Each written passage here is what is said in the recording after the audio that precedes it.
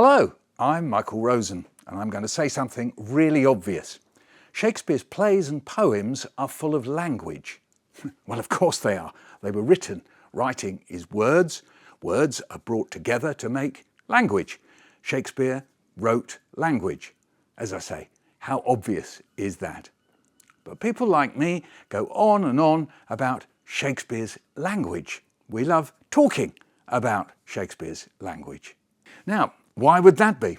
Because we think it's special. We think there's something very special about how he put words together to talk about, well, many, many different things.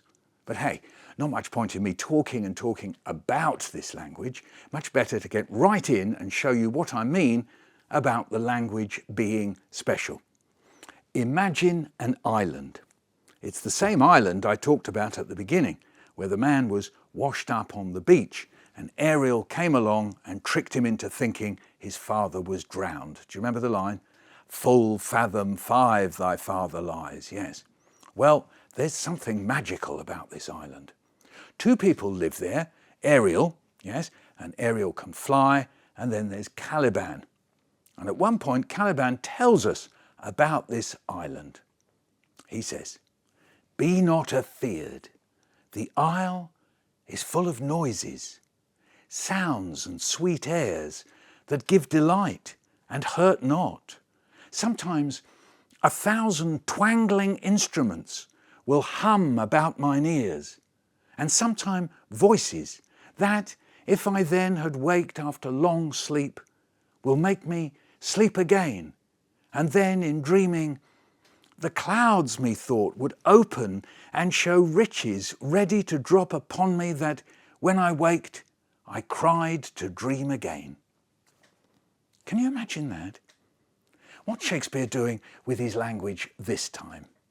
He's trying to create what we call a contrast between the beauty of what Caliban hears and the sadness he feels.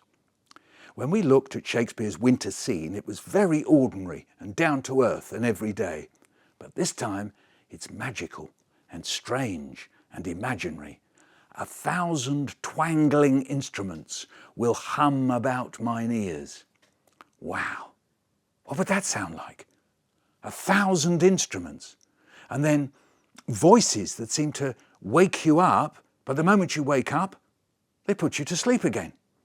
And riches dropping out of the clouds and dropping on you. But it's all imaginary, isn't it? And then he says, "I cried to dream again." What does that mean? I cried so much that I went back to sleep? Or I cried in my dreams? Or maybe I cried because I wanted to dream? Or maybe all of those.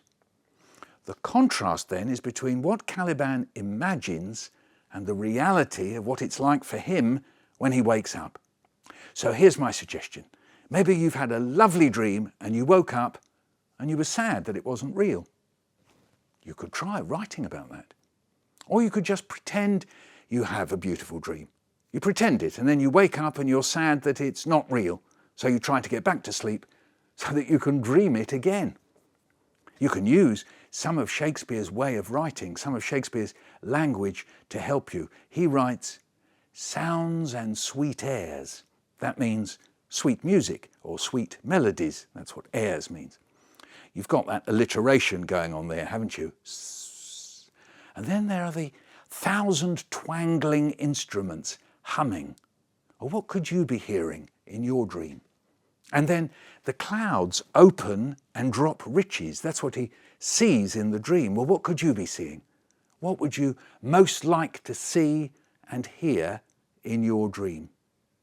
Then again, you could copy what Shakespeare has done with the contrast and see if you can think of a clever way to do that, just as he wrote, "I cried to dream again."